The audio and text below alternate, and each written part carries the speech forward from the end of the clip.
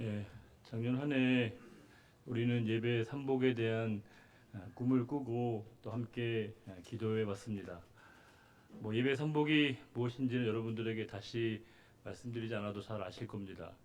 예배 삼복은 바로 예배 수복과 예배 회복과 예배 축복입니다. 예배 수복이라고 하는 것은 우리의 삶의 현장 가운데 빼앗겼던 예배를 다시금 탈환하자는 것이었습니다.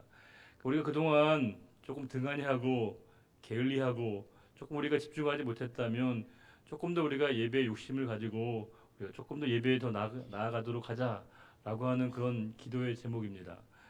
예배 수복은 대단히 중요합니다. 왜냐하면 예배에 참석하고 예배 출석하는 건 가장 기본 아니겠습니까? 그런데 예배 수복에 끝나지 않고 우리는 예배 회복의 기도의 제목을 가졌습니다. 예배 회복이라고 하는 것은 모든 예배마다 그 예배를 온전케 하시고 회복케 하시는 분이 바로 성령님이시라는 겁니다. 우리는 목사의 설교를 듣기 위해서 서로를 만나고 인사하기 위해서 우리가 각자의 사역의 현장 가운데 나왔다기보다는 우리는 온전히 성령께서 이 교회를 이끌어 가시고 책임지시고 예배를 통해서 우리에게 말씀하시는 그분의 음성을 듣기 위해서 나왔습니다. 그러하기에 예배 회복은 바로 성령의 기름 부으심이 있는 예배입니다. 저는 모든 예배마다 성령께서 예배 가운데 우리를 회복시키시고 매만지시고 온전케 하시기를 늘 기도하고 있습니다. 저의 부족함, 저의 무능함 때문에 여러분들에게 늘 부족한 부분이 참 많지만 그럼에도 불구하고 우리를 온전히 세워가시는 그 성령께서 함께 하신다면 그분이 우리가 꼭 들어야 될 말씀, 우리가 꼭 알아야 될 그 모든 말씀과 은혜를 통해서 날마다 우리를 회복시키는 그 진정한 예배 회복을 꿈꿨습니다. 또한 가장 중요한 것은 바로 예배의 축복입니다. 예배의 축복은 예배를 거래의 대상으로 삼는 게 아닙니다. 예배를 수단으로 이해하는 게 아닙니다. 예배를 잘 드리면 예배 열심히 참석하면 우리의 삶에 어떤 복을 받겠다라고 하는 기대 심리를 갖는 게 아닙니다.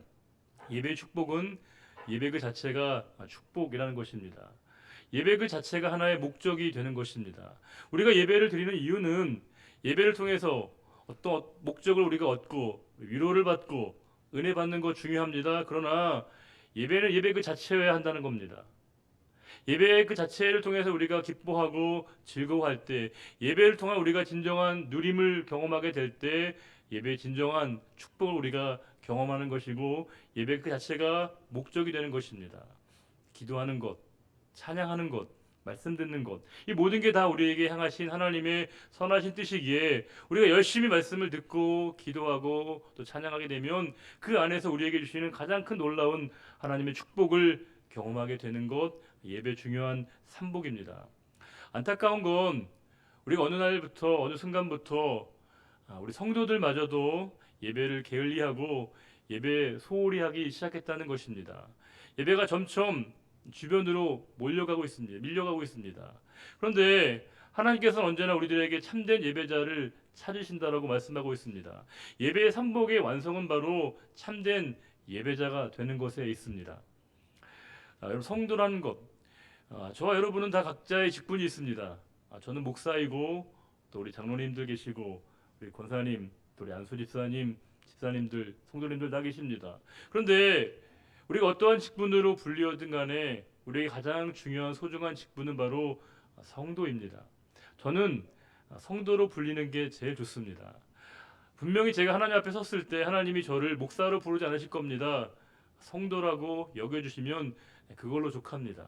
성도의 삶의 근본적인 목적은 바로 예배함에 있습니다. 성도의 성도됨은 온전한 예배자를 지향함에 있습니다. 성도가 예배를 게으리하고 예배 집중하지 않고 예배로 나아가지 않는다면 진정한 성도일 수 없는 것입니다. 그러하게 우리가 예배 삼복의 궁극적인 종착역은 바로 우리가 온전하고 참된 예배자가 되는 것에 있습니다. 이 목적은 어느 한 시점에 이루어지지 않습니다.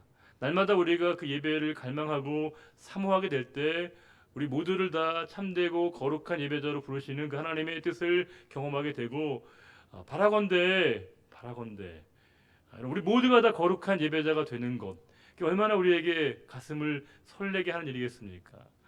저는 예배 가운데 여러분들이 이렇게 예배 드리고 왔는데 그렇게 얘기해 주시면 되게 너무 고맙더라고요. 목사님, 저는 오늘 예배 시간 안 잤다고, 설교 시간 안 졸았다고. 너무 고맙기는 해요, 여러분. 그런데 우리가 이 자리에 앉아 있는 것, 깨어 있는 것으로 족하면 안 되지 않겠습니까? 우리 이 시간 예배 가운데 하나님을 만나야 되고 그분의 음성을 들어야 되는 것이고 성령께서 예배 가운데 우리를 얼마나 새롭게 하시는가를 경험하게 되는 것, 그것이 예배 가운데 우리를 부르신 하나님의 분명한 목적이자 이유라고 하는 것입니다. 예배는 우리에게 강요된 게 아닙니다. 하나님이 우리를 예배 가운데 불러주신 것이고 세워주신 것입니다. 저는 예배를 생각할 때마다 너무나 감격스러운 게 제가 선택하고 제가 결정하고 제가 결심해서 예배에 나온 것이 아니라 그 모든 이 부르심 앞에 하나님의 뜻이 있다는 겁니다. 하나님이 저를 예배자로 불러주셨고 찬양하는 자로 세우셨고 기도하는 자로 세우셨고 말씀을 전하는 자로 세우셨습니다. 그러하게 우리가 너무 기쁘고 감사한 겁니다. 왜냐하면 이 모든 일들을 주관하시는 분이 바로 하나님이시기에 하나님께서 하나님의 교회를 얼마나 든든히 세워가시는가를 가장 생생하게 경험하고 목도하고 목격하고 증언할 수 있는 게 바로 예배이기에 예배는 참으로 경이롭습니다. 하나님이 드러나시고 그분의 임재를 우리가 경험할 수 있기에 예배는 참으로 우리에게 감격입니다. 예배 그 자체가 감동이자 감격입니다. 그런데 우리가 이렇게 예배에 대한 예배자로서의 그 궁극적인 목적을 향해 나가고 있는데 올 한 해 우리 총회가 정한 2020년도가 정한 우리 총회가 정한 표가 있습니다. 그것은 뭐냐면 말씀으로 새로워지는 교회.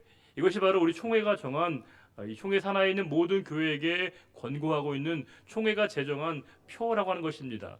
말씀으로 새로워지는 교회인데 그 말씀으로 새로워지는 교회, 이 표에 걸맞는 말씀이 뭐냐?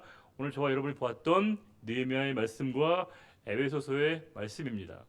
오늘 우리가 보게 될 에베소서 5장 26절과 27절에 이렇게 말씀하고 있습니다. 한 번만 더 읽어보겠습니다.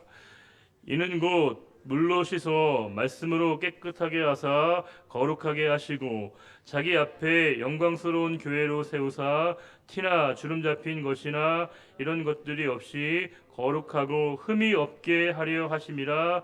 아멘. 하나님이 하나님의 교회를 영광스럽게 세우시고 붙들어 주신다고 말씀하고 있습니다. 하나님이 하나님의 교회를 영광스럽게 거룩하게 세워가신다고 말씀하고 있는데 그 전에 중요한 전제가 있습니다. 26절에 하나님의 교회가 거룩하고 영광스럽게 세워지게 될 때 전제 조건이 있는데 그것이 뭐냐면 말씀으로 깨끗하게 되어야 한다는 것입니다. 여기 말씀이 되게 중요합니다. 왜냐하면 여기에서 이 말씀이라는 헬라어 단어는 전통적으로 우리가 알고 있는 단어는 로고스인데 여기서 로고스라는 단어가 아니라 레마라고 하는 단어로 쓰고 있습니다. 로고스라고 하는 단어는 보다도 우리가 일반적이고 보편적인 의미의 말씀 그 자체를 가리킬 때 우리가 로고스를 씁니다. 근데 레마는 뭐냐? 보다도 우리가 구체적이고 실천적이고 실제적인 말씀을 우리가 가리킬 때 레마라고 하는 단어를 쓰게 됩니다. 오늘 말씀 뜻밖에도 우리에게 로고스가 아니라 하나님의 말씀으로 우리가 깨끗하게 되어야 되는데 그 말씀이 뭐냐? 레마의 말씀으로 우리가 깨끗하게 되어야 한다고 말씀하고 있습니다. 우리에게 하나님이 요구하시는 게 뭐냐?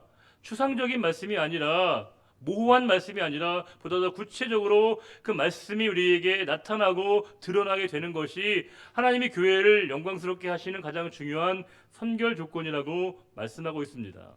우리는 말씀이라는 단어를 되게 여러 용례로 씁니다. 선생님의 훈화 말씀도 말씀인 것이고요. 부모님의 교훈도 말씀입니다. 정치인의 한마디도 말씀이고요. 스스로의 이야기도 한 말씀 드리겠습니다라고 이야기합니다. 그런데 여기에서 주어지고 있는 말씀은 바로 구체적인 말씀이라는 겁니다. 우리에게 하나님의 말씀이 보다 더 구체화되어지게 되는 이 실전적이고 실현 가능한 말씀이 우리에게 하나님의 교회를 거룩하고 새롭게 한다는 말씀을 주고 있습니다. 이 말씀은 뭐냐? 우리가 불순종이 뭘까요? 불신앙이 뭘까요? 우리는 하나님의 말씀을 보다 더 구체화시키지 않게 될 때 우리가 그것을 불순종이라고 할 수 있습니다. 우리가 하나님의 말씀을 모호하게 만드는 것, 그것이 바로 불신앙이라고 하는 겁니다. 우리에게 믿음이 있다는 건 하나님의 말씀을 보다 더 내 삶의 현장 가운데 구체적으로 드러내고 그 말씀을 삶에서 입증하고 검증하고 우리가 실현해내는 것입니다. 제가 존경하는 우리 가나안 농군학교를 창설하신 김용기 장로님께서는 평생에 한 말씀 붙들고 평생을 사셨다고 합니다. 그분에게 가장 중요한 말씀은 뭐냐면 마태복음 6장 33절 너희는 먼저 그의 나라와 그의 의를 구하라 그리하면 이 모든 것을 너희에게 더하시리라. 그분은 이 한 말씀 붙들고 평생을 사셨다고 합니다. 이 말씀에 의지해서 가나안 농군학교를 창설하시고 우리에게 지금 기억나고 있는 그 가나안 학교를 농군학교를 우리들에게 보여주십니다. 그분은 하나님의 말씀을 구체적으로 삶의 현장 가운데 입증해 주셨습니다. 추상적이고 모호한 말씀이 아니라 삶의 현장 가운데 구체적으로 이루어지고 나타나야 될 하나님의 말씀으로 입증해 보였다는 것입니다. 제가 중고등부 시절에 저희 교회 학교의 선생님 중에 한 분이 대학원을 다니시는 분이 계셨습니다. 본인의 학교에 이렇게 저희들을 오라고 하셨는데요. 그때 학교에 갔더니 그 학교가 바로 카이스트라고 하는 학교였습니다. 지금 너무 유명한 학교이지만 그때만 해도 저희가 이 카이스트가 서울에 있을 때였는데 잘 모르고 무슨 학교 이름 좀 특이하다 그랬는데 제가 그 학교에 가서 굉장히 충격을 받은 게 있습니다. 그 선생님께서 맛있게 밥도 사주시고 학교 여러 군데를 안내하는데 밤이 되었습니다. 밤이 되면 강의실과 교실이 어때야 됩니까? 불이 다 꺼지고 조용해져야 되거든요.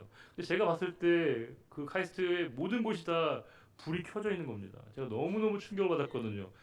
밤이 되면 다 조용해지고 다 이제 우리 쉬러 가는 건데 그 모든 연구실마다 강의실마다 불이 켜져 있다는 건 저에게 굉장한 충격이었습니다. 그분들이 그렇게 하는 이유는 단 한 가지입니다. 그분들은 본인들이 검증해내고자 하는 그 이전의 상황을 가설이라고 믿습니다. 가설이지만 본인에겐 진리입니다. 그런데 본인들이 삶에서 실험적으로 그것을 입증해내기 전까지는 바로 그것은 가설에 불과하다는 겁니다. 그들은 평생을 다해서 연구와 실험을 통해서 그들이 믿고 있는 이 가설을 실증적으로 진리로 입증해내기 위해서 불을 밝히고 있었던 겁니다. 우리가 믿음을 가지고 산다는 것, 성도를 우리가 사랑한다는 건 레마의 말씀을 보다 더 삶의 현장 가운데 내가 입증하게 될 때 그 말씀대로 우리가 살아가게 될 때만이 온전히 하나님께서 하나님의 교회를 거룩하고 하나님의 교회를 영화롭게 하신다라고 우리에게 말씀을 주고 있습니다.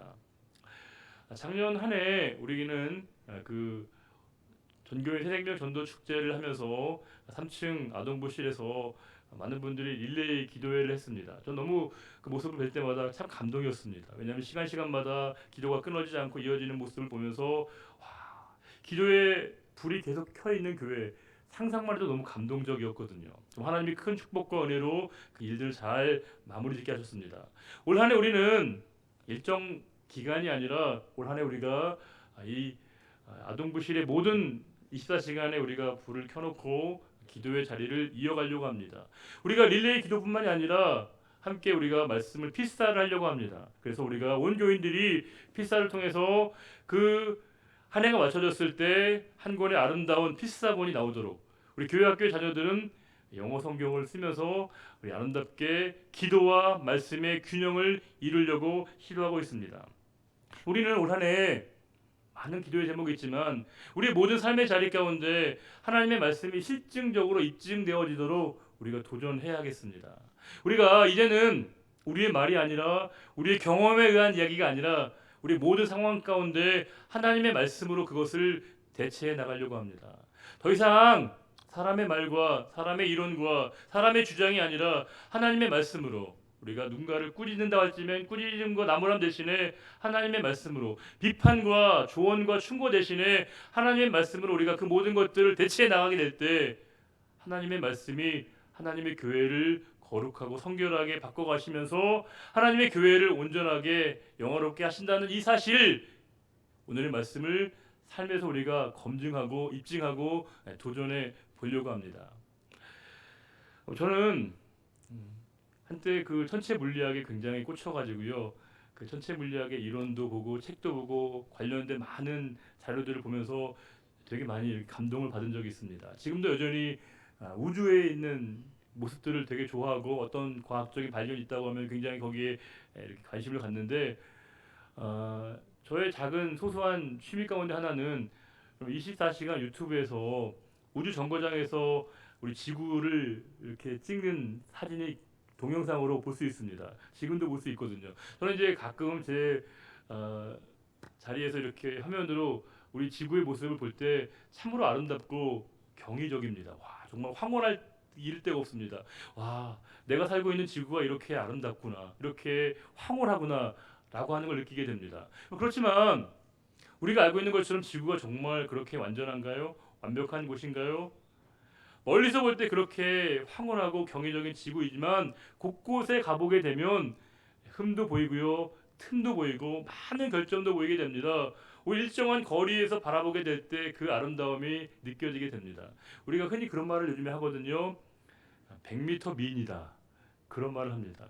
멀리서 보면 오히려 미인 같아 보이고 괜찮아 보인다는 겁니다. 사람들은 다 오히려 어떤 일정한 거리에 있을 때 그 사람의 진짜 아름다움이 드러나게 됩니다. 우리가 교회에서 많은 분들이 상처를 받고 어려움을 당하는 분들이 있다는 얘기도 많이 듣습니다. 왜 그럴까?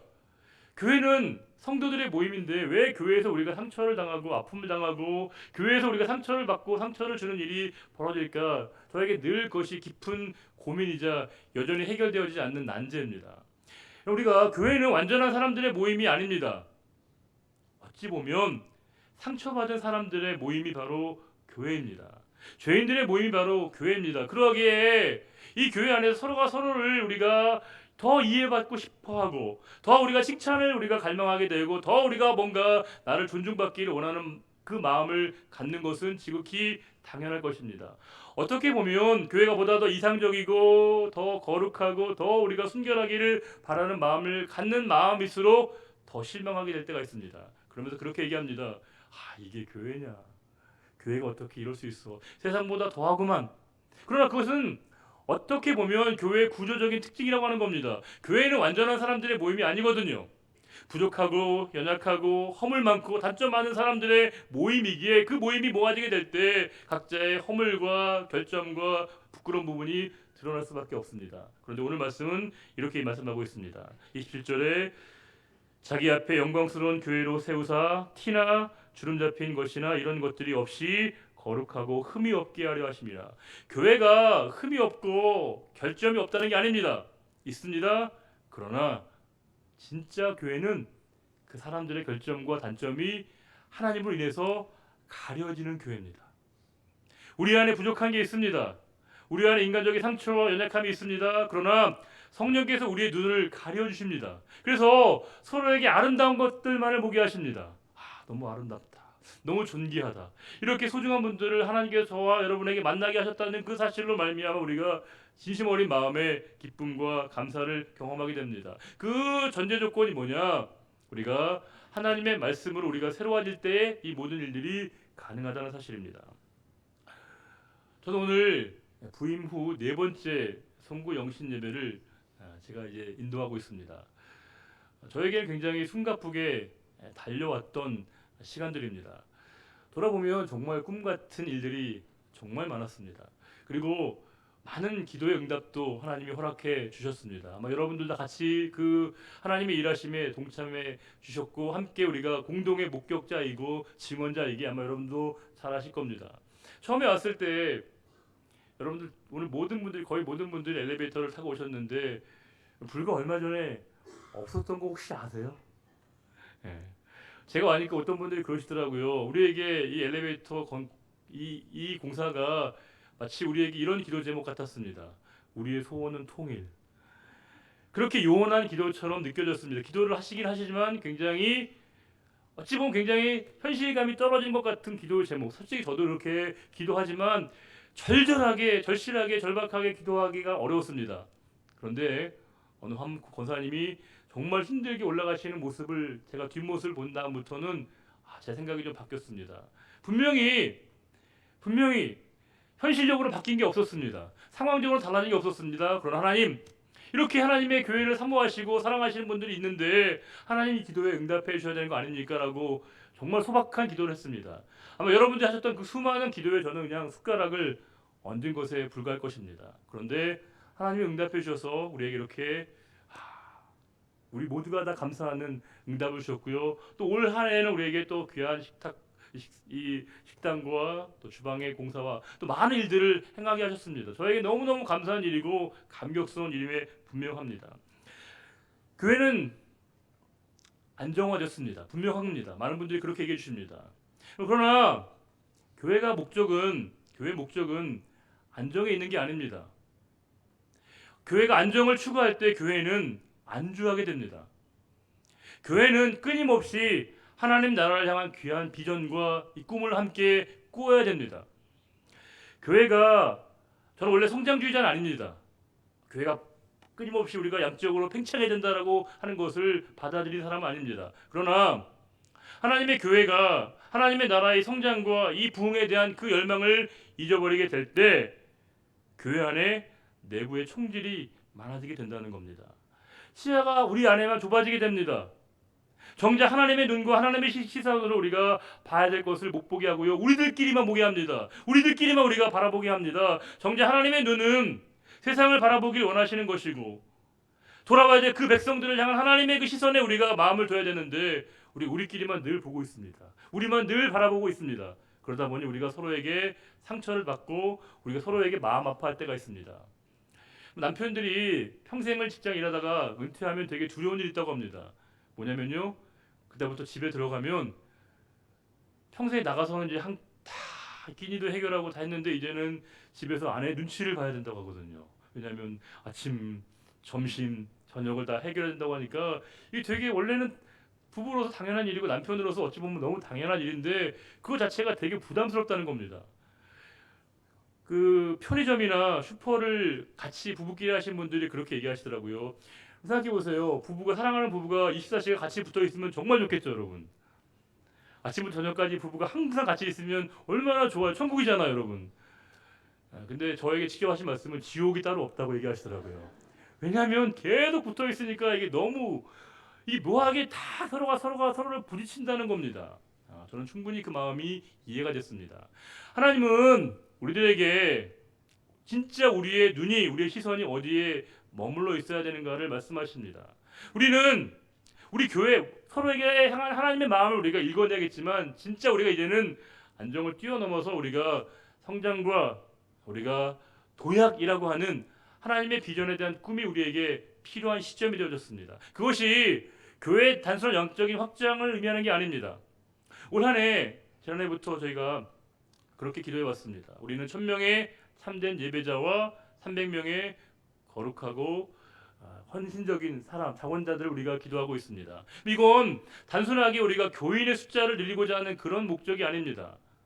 우리에게는 진짜로 참된 예배자를 찾으시는 하나님의 부르심 앞에 우리가 응답해야 된다는 겁니다. 사람들끼리 모이는 게 아니라 사람만 많아지는 게 아니라 그 한 사람 한 사람이 진짜로 예배드리는 사람, 깨어있는 영적인 예배자로 하나님이 우리를 부르시는 것이고 그 참된 예배자들이 모여서 온전하게 세워져 갈 때 그 하나님의 꿈이 우리들 가운데 이루어지는 기도의 제목이 필요하다는 겁니다. 그리고 기도원의 300용사와 같이 스스로 자원하는 헌신자들이 필요하다는 겁니다. 이제는 사람들이 서로에게 짐을 지려고 하지 않습니다. 남의 짐은 고상하고 자기 짐도 지기 싫어하는 사람들에게 헌신한다는 건 부담스러운 일입니다. 그러나 하나님의 교회는 불편함을 은혜로 고백하는 공동체가 될 때 하나님의 온전한 뜻이 이루어지는 교회가 될 수 있습니다. 그 일들이 가능할 수 있는 이유가 해법을 오늘 말씀으로 우리에게 분명하게 제시하고 있습니다. 그것은 뭐냐? 하나님의 말씀, 추상적인 말씀이 아니라 모호하고 애매한 말씀이 아니라 이 레마의 하나님의 말씀, 구체적인 하나님의 말씀 우리가 입증해내고 도전해나게 될 때 그 하나님의 말씀이 우리를 온전케 하고 세워가시고 영화롭게 한다고 말씀하고 있습니다. 많은 분들이 교회 위기를 얘기합니다. 교회가 쇠락하고 쇠퇴했다고 얘기합니다. 교회 위기가 뭐죠? 뭐가 교회 진짜 쇠퇴이고 위기입니까? 사람들이 줄어가는 게 진짜 교회 위기일까요? 교회 재정이 점점점 적어져가는 게 진짜 교회가 쇠락하는 걸까요? 우리가 교회를 하나의 가정 공동체라고 볼 때 가족 숫자가 좀 줄었다고 해서 그것을 우리가 가족의 위기라고 생각하지 않습니다. 가족의 수입이 조금 줄었다고 해서 재정이 조금 약해졌다고 해서 그것을 그 가정의 위기라고 얘기하지 않습니다. 가족의 진짜 위기는 가족이 가족됨을 잊어버리는 것입니다. 가족의 정체성과 가족의 참된 의미를 잊어버리게 될 때 그것이 진짜 위기라고 하는 겁니다. 동일한 이치로 교회의 위기는, 교회의 쇠퇴는 교회가 교회다움을 잊어버린다는 겁니다. 교회가 왜 존재해야 되는 것인가? 교회는 철저하게 이타적인 일들을 이기적으로 경험하는 공동체가 바로 교회라고 하는 것입니다. 남을 위해서 살아주는 삶, 이웃을 위해 존재하는 이 삶이 우리에게 기쁨으로 경험되어지는 이 공동체, 그것이 바로 교회라고 하는 것이고, 그것이 바로 성도라고 하는 겁니다. 교회의 존재 목적은 항상 예배 공동체와 선교 공동체 이 비전을 실현해가는 것입니다. 우리는 온전한 참된 예배자로서 이 거룩한 열망을 향한 하나님의 뜻을 깨닫고, 이제 우리가 우리에게 명하신 대로 천명의 참된 예배자를 향한 첫 걸음을 저 여러분이 함께 내딛고 싶습니다. 한 사람의 기도가 아니라 모두의 기도로 모아지게 될 때 하나님께서 우리 교회를 통해서 얼마나 아름답게 일을 펼치실 것인가를 기대하는 그런 마음이 저절로 생겨나게 됩니다. 교회에서는 누구도 심사위원이 필요하지 않습니다. 심판이 필요하지 않습니다. 우리 모두가 다 선수가 되어야 됩니다. 오직 우리의 심판과 우리 심사위원은 한 분이십니다. 그분만이 우리의 모든 것을 심판하시고 우리는 그분의 뜻 가운데서 이 필드에서 열심히 뛰게 됩니다. 그러면 그 모든 일들을 통해서 하나님 어떻게 행하실 것인가를 우리들에게 약속해 주시는 말씀이 오늘 본문의 말씀입니다. 오늘 말씀을 다시 한번 잘 보시게 되면 이렇게 되어 있습니다. 이는 곧 물로 씻어 말씀으로 깨끗하게 하사 거룩하게 하시고 자기 앞에 영광스러운 교회로 세우사 티나 주름 잡힌 것이나 이런 것들이 없이 거룩하고 흠이 없게 하려 하심이라. 놀라운 건 이 모든 것의 주어가 누구일까요? 주체가 누구이십니까? 이것은 오직 하나님의 말씀이자 하나님의 일이라고 하는 겁니다. 우리는 그분의 말씀대로 행하면 됩니다. 레마의 말씀대로 우리가 행하고 준행하게 되면 이 모든 일들을 하나님이 이루신다고 말씀하고 있습니다. 주인 되신 하나님께서 이 교회의 영원한 주인이신 주님이 해결하시고 풀어가실 일이지 우리는 여기에 대해서 우리가 질문하거나 고민할 필요가 없습니다. 우리는 오직 이 말씀을 진리로 사실로 받아들이면서 이 말씀대로 행하게 될 때 하나님께서 하나님의 교회를 온전히 든든하게 세우실 것을 약속해 주시는 말씀이 오늘의 본문의 말씀입니다. 또 한 구절 말씀을 보시게 되면 느헤미야의 말씀, 아까 이것도 말씀인데요. 느헤미야가 이렇게 얘기합니다. 2장 27절에 후에 그들에게 이르기를 우리가 당한 곤경은 너희도 보고 있는 바라. 예루살렘이 황폐하고 성문이 불탔으니 자 예루살렘 성을 건축하여 다시 수치를 당하지 말자. 무너진 예루살렘 성을 쭉 돌아보면서 느헤미야가 너무나 참담한 마음을 가진 겁니다. 그들의 고향, 그 예루살렘 수도가 완전히 무너진 것을 보면서 이 하나님의 사람 느헤미야가 너무나 안타까워하는 마음으로 그렇게 다짐을 하게 됩니다. 다시는 이제 수치를 당하지 말자. 다시금 수치를 당하지 말아야겠다라고 하는 굳센 다짐과 결기를 보여주게 됩니다. 우리에게도 이런 고백이 필요한 거 아니겠습니까? 이제 우리는 늘 범했던 그 실수와 잘못을 거듭 범하는 수치를 우리가 다시 범하지는 말아야겠습니다. 우리가 늘 넘어지고 또 넘어지는 것을 또 다시 반복하는 그 상황에 우리가 다시금 놓이지는 말아야겠습니다. 우리가 모르면서도 알려고 하지 않고 알면서도 우리가 외면했던 그 실수를 우리가 반복해서는 안 되겠습니다. 예배를 우리가 소홀히 하고 기도를 우리가 패싱하고 섬김과 봉사의 자리 가운데 우리가 그것을 외면했다면 그 수치를 우리가 다시금 씻겨내게 되는 것, 그것이 하나님이 우리를 이 자리에 부르신 것이고 이 새해를 맞이하는 우리에게 향하신 하나님의 뜻이라고 하는 겁니다. 우리가 타이타닉이라는 영화를 보시면요, 뭐 다 보셨을 거라고 제가 짐작하고 안 보셨으면 여러분 집에 가셔서 내일 1월 1일 날 한번 보시면 좋겠습니다. 이 영화 보시게 되면요, 뭐 사실에 기반한 영화니까 그 배에 타고 있는 사람들을 보면 궁극적으로는 두 가지로 나누어져 있습니다. 사람들은 그 배를 보면서 그 배의 위엄과 호화로움 보면서 그 배를 탐복하면서 배를 자랑하는 사람들이 있습니다.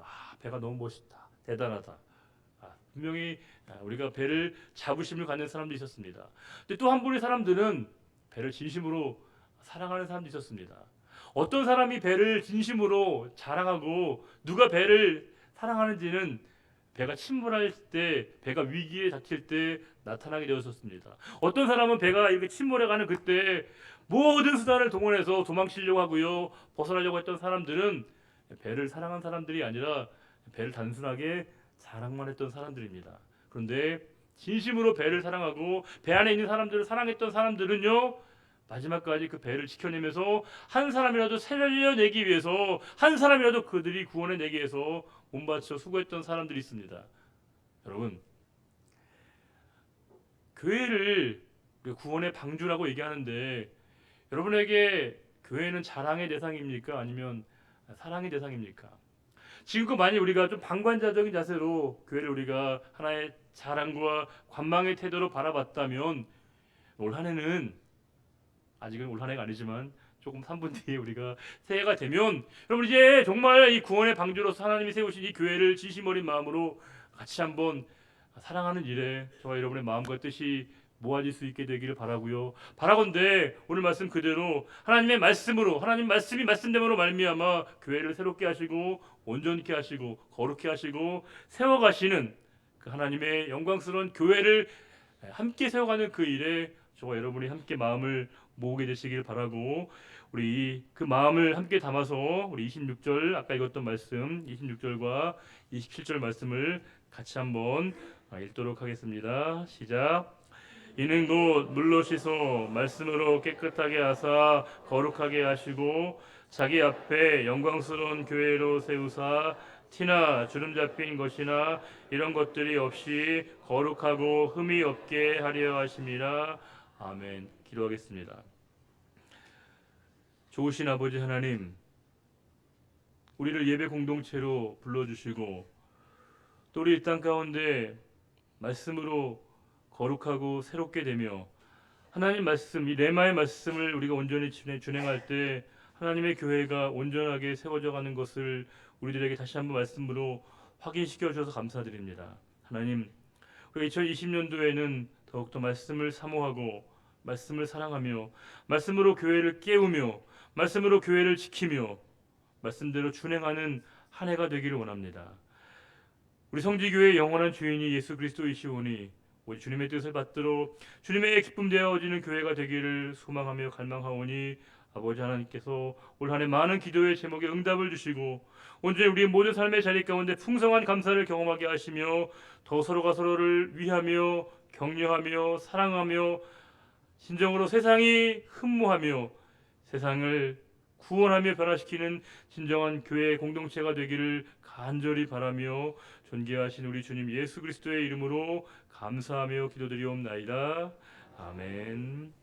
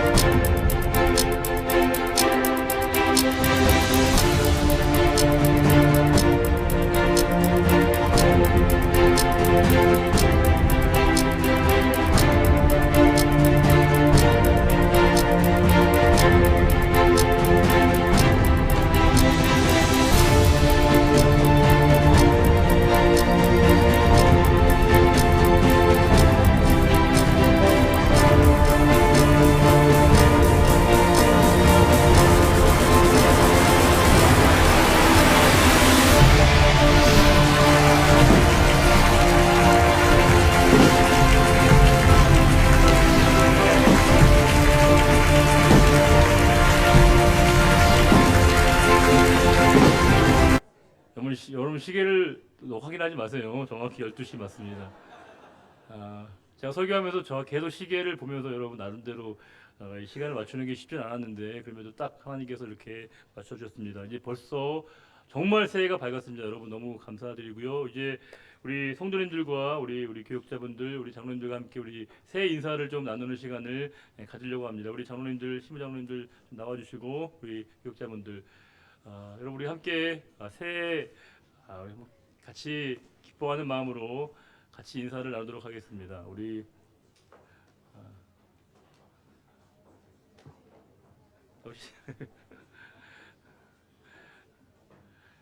예, 우리 여러분 장로님들과 우리 교육자분들 인사할 때 같이 우리 새해 복 많이 받으십시오. 축복합니다. 함께 인사하겠습니다. 인사하겠습니다. 예, 새해 복 많이 받으십시오. 예, 예. 좌우로 앞뒤로 인사하겠습니다. 예, 새해 복 많이 받으십시오. 새해 복 많이 받으십시오. 네, 건강하십시오. 평안하십시오. 네, 예, 뭐 마음껏 덕담을 해야 됩니다, 여러분. 마음껏 축복합니다. 예, 감사합니다. 예. 예, 하나님의 은혜가 더욱더 충만하게 임하시길 바랍니다. 네, 네. 저에게도 좀 해주시고, 예. 예, 고맙습니다. 예, 너무 감사합니다. 예, 새해가 밝았습니다. 너무너무 감사드리고요. 예, 예, 되게 묘한 감동이 아주 듭니다. 아마 여러분들에게도 그런 마음이 드시리라고 믿고요. 2020 정말 의미가 남다른 한 해가 되었습니다. 우리 교회와 여러분의 가정과 우리 모든 기업 위에 하나님의 큰 축복이 임하는 한 해가 되기를 바라면서 우리 다 같이 일어나셔서 함께 패송하도록 하겠습니다.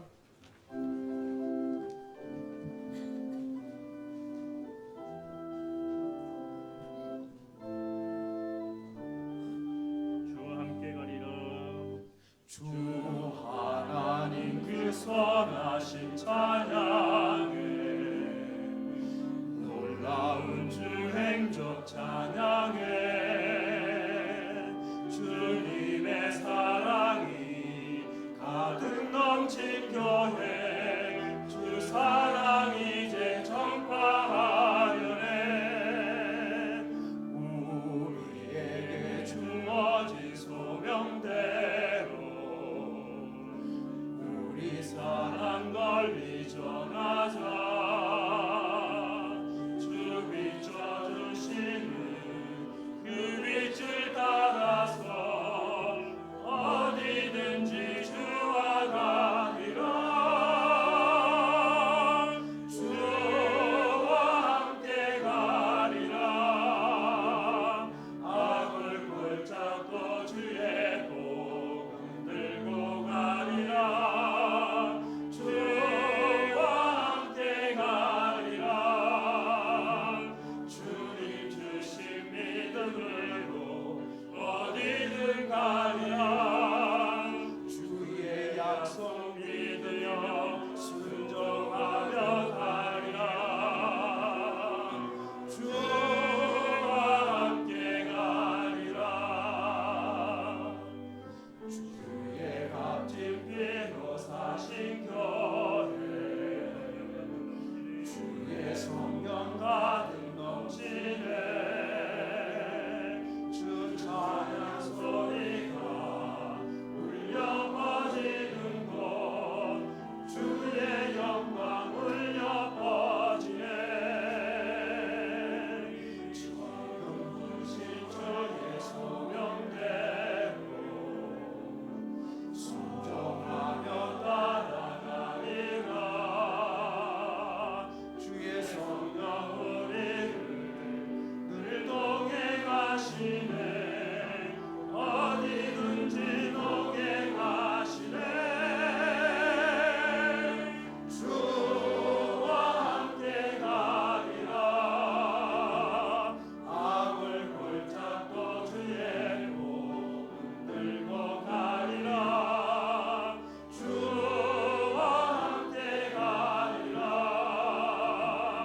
주님 주신 믿음으로 어디든 가리라 주의 약속 믿으며 순종하며 가리라 주와 함께 가리라 주와 함께 가리라 주와 함께 가리라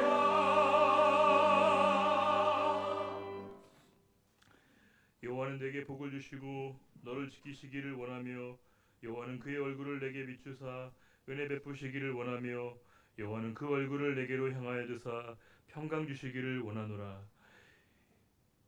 이제 우리 주 예수 그리스도의 은혜와 하나님 아버지의 크고 놀라우신 사랑과 성령의 교통 인도 충만 내주하심이 2020년도를 맞으며 새로운 한 해 동안에 더욱더 주님만 바라보며 주님과 동행하기로 다짐하는 우리 모든 결단과 그 믿음의 고백 위에 우리 모든 기도의 제목 위에 이제로부터 영원히 함께하여 주시기를 간절히 축원하옵나이다. 아멘.